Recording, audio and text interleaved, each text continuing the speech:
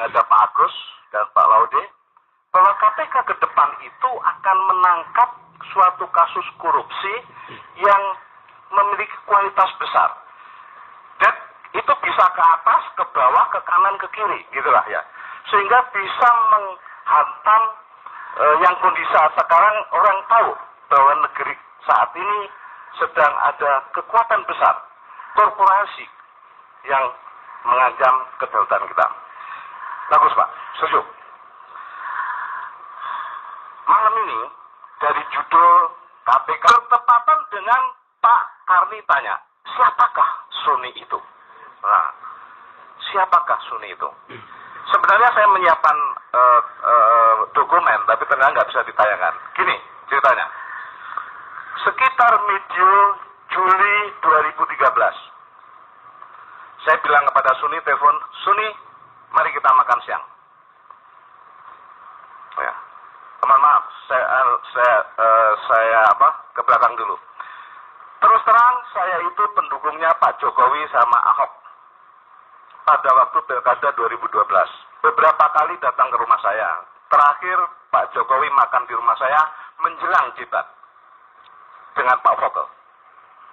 Jadi kalau toh saya mengkritisi keras saat sekarang, itu bukan karena saya benci, tetapi ada sesuatu yang berlawanan dengan kehendak waktu saya mendukung itu, yaitu pemberantasan korupsi. Nah, saya lanjutkan, sehingga saya kenal, sekitar setahun saya kenal baik sama beliau. Suni, mari kita makan. Terus Suni saya kasih tahu, ini kamu baca Suni. Ini ada berita acara serah terima kewajiban pengembang Agung Podomoro ke pemerintah DKI. Juni 2007 ditandatangani Bang Yos sama Trihatma Kusuma. Trihatma Haliman. Menyerahkan kewajiban 26 hektar senilai 737 miliar tahun 2007. Itu berita acara serah terimanya, yang kita kenal nantinya dengan kasus Taman BMW. Bapak Saud, sudah saya sampaikan, dokumen itu sudah saya serahkan kepada Bapak Laude Muhammad Syarif. Karena saya mendengar itu ternyata tidak masuk di dalam serah terima kasus lama, pejabat lama kepada yang baru. Tapi memang itu kasus sudah ada di bidang penindakan. Saya lanjutkan Pak. Suni, Bang baca, ya Pak. Sekarang kamu lihat lampirannya, ini lampirannya. Bahwa ada surat pelepasan hak dari 5 penggarap kepada Agung Podomoro. Ya Pak, kamu baca? Baca. Kamu jumlah ini berapa? 12 hektar Pak. 12 hektar. Padahal yang diserah menurut berita acara serah terima menyerahkan kewajiban 26 hektar. Tapi cuma 12 hektar. Ada dokumennya Pak. Oke. Sekarang kamu lihat letaknya. Letaknya di mana? Ada 5 itu 4 di Kelurahan Sunter, 1 memang di Papangu Pak. Tapi 1 di Kelurahan Papangu juga aneh Pak. Yang tanda tangan, yang mengesahkan Lurah Sunter. Nah, dengan demikian kalau Podomoro menyerahkan kewajiban ke DKI nunjuk Taman BMW yang ada di Kelurahan Papangu adalah salah. Keliru tempat. Jadi sudah ada 2 keliruan. Dari sisi luas, menyerahkan 26 hektar, tapi cuma 12 hektar. Administrasinya. Letaknya mencar-mencar di Kelurahan Sunter, tapi nunjuk lapangan yang bagus, Taman BMW yang ada di Papangu. Kita buka lagi, Suni, kamu lihat ini, tanda tangannya.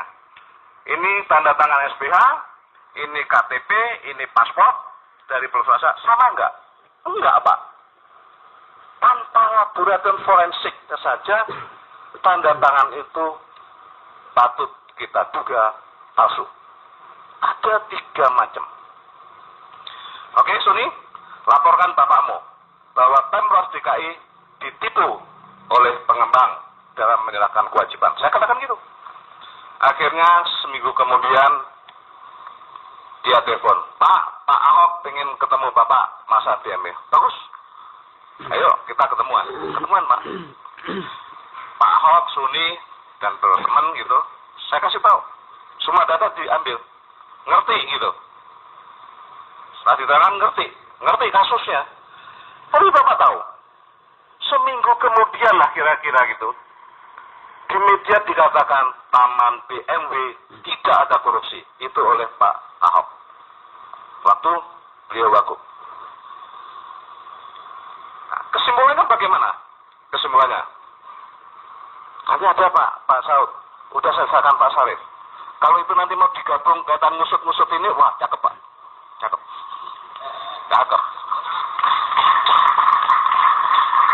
Wah saya itu berani Pak. Kemarin di iNews TV, siapa yang berani mempertemukan saya taruhan 1 miliar? Saya, Pak Triatma, Pak Ahok. Mau ditambah kepala BPN boleh? Jakarta Utara, ya. Juga kanwilnya boleh, sekda boleh. Saya taruhan Pak. Kalau dokumen itu berbicara seperti itu. Jadi cakep Pak itu. Cakep. Kesimpulannya Pak, siapakah Suni itu? Suni yang memang seperti di media. Dia ada staf khusus. Ya. Dia bukan PNS.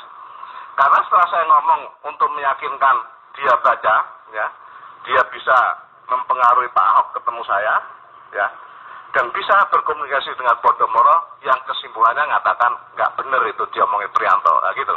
Jadi ada korelasi, ada hubungan yang erat antara Suni, Pak Ahok, dan Podomoro. Ada lagi kesimpulan saya lagi. Dari kasus ini saya katakan, ya, kalau dari hukum kata tuduhan saya nggak berani nuduh. Ada dugaan pembiaran terhadap kasus korupsi kerugian negara. Karena kewajiban pengembang yang diserahkan pada Pemprov DKI adalah tidak benar. Dan bukan hanya pembiaran, ternyata ada keikutsertaan secara tidak langsung. Karena Taman BMW ini, era Pak Ahok ini disertifikatkan dan keluar 2 sertifikat. Yang dasar alasannya itu aneh. Zaman Bang Yos, Pak Foke itu adalah tanah ini dari kewajiban pengembang, tapi pada waktu sertifikasi dikatakan dari hasil konsinyasi. Aneh deh. Maka saya berani taruhan Pak. Kalau Bapak bisa memfasari, senang. Itu masalah satu Pak. Info yang kedua, mengapa ada kasus suap menyuap? Nah, ada ini. Sebab gini, tadi sudah disampaikan, memang dengan adanya reklamasi ini, eksekutif mengirim 2 raperda. Raperda zonasi wilayah pesisir dan pulau-pulau kecil, kalau nggak salah gitu ya. Sama revisi Perda nomor 8 tahun 95, kalau nggak salah. Perda yang mengatur masalah reklamasi. Ada teman-teman dari kelompok yang suka gitu, suka paham lah, teman paham. Nah, DPRD memeras, terus apa sih meras? Raperda itu menurut saya, kan Bapak minta pendapat saya, itu kepentingannya pengembang. Satu, pengembang sudah mengerjakan, dia ingin segera payung hukum, Pak. Cepet-cepet. Biasa, kalau kita pengen cepet-cepet di antrian mana kan sebagai duit. Jadi kan nggak meras dong. Saya yang pengen cepet-cepet itu pengembang.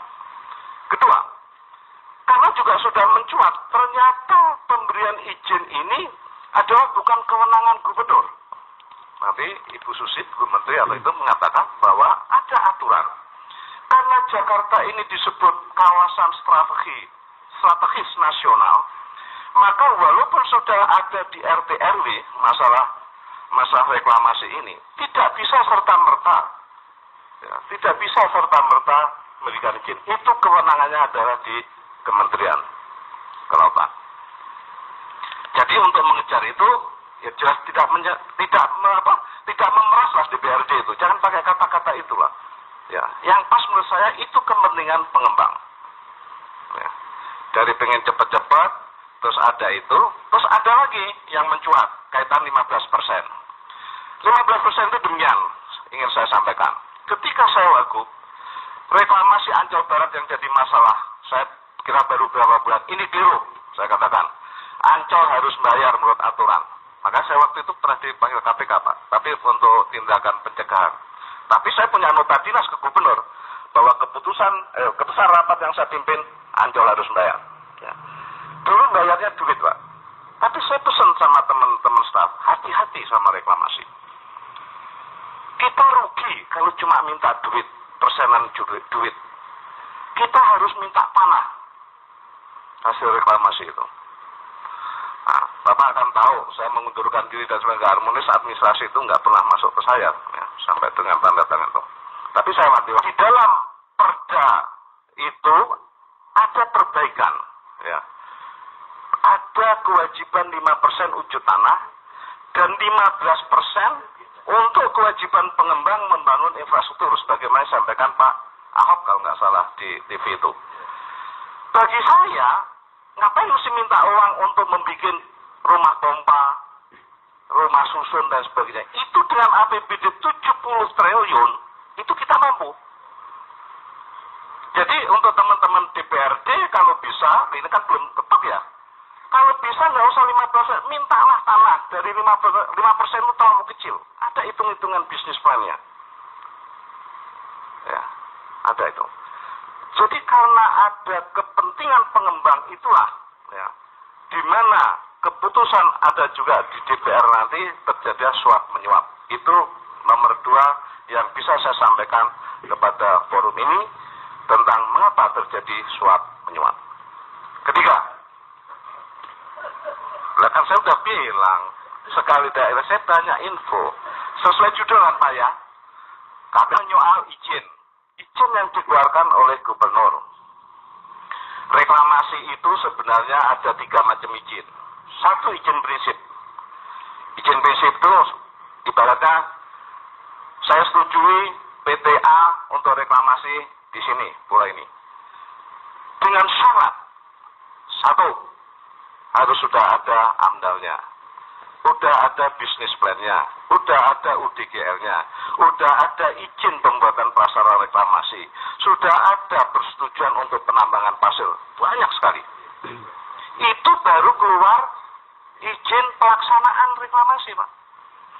Aku mau taruhan, izin yang dikeluarkan dan mereka bergerak di sudah reklamasi, apakah sudah memenuhi syarat-syarat dari izin prinsip menuju ke izin pelaksanaan? Sama Pak, logikanya gini. Sebenarnya kalau reklamasi itu memiliki dampak negatif, AMDAL itu sebagaimana disampaikan teman dari nelayan itu dan yang di meja sana, sebelum nguruk itu dari AMDAL itu bisa beda. Karena diuruk maka dampak negatifnya 1, 2, 3. Untuk ngatasinya ABC. Mestinya membuat ABC ini dulu sebelum nguruk. Itu logikanya. Jadi sesungguhnya kalau mau berniat reklamasi, terus akan memperbaiki pantai utara dan sebagainya, itu laksanakan aja dulu. Dan itu kewajiban pengembang, karena itu dampak dari reklamasi. Jadi dari dari pemberian izin pun, menurut saya kalau disampaikan teman-teman itu, ya untuk sementara bisa dihentikan dulu lah, ditata dulu gitu loh, dihentikan gitu loh, karena belum ada payung hukumnya.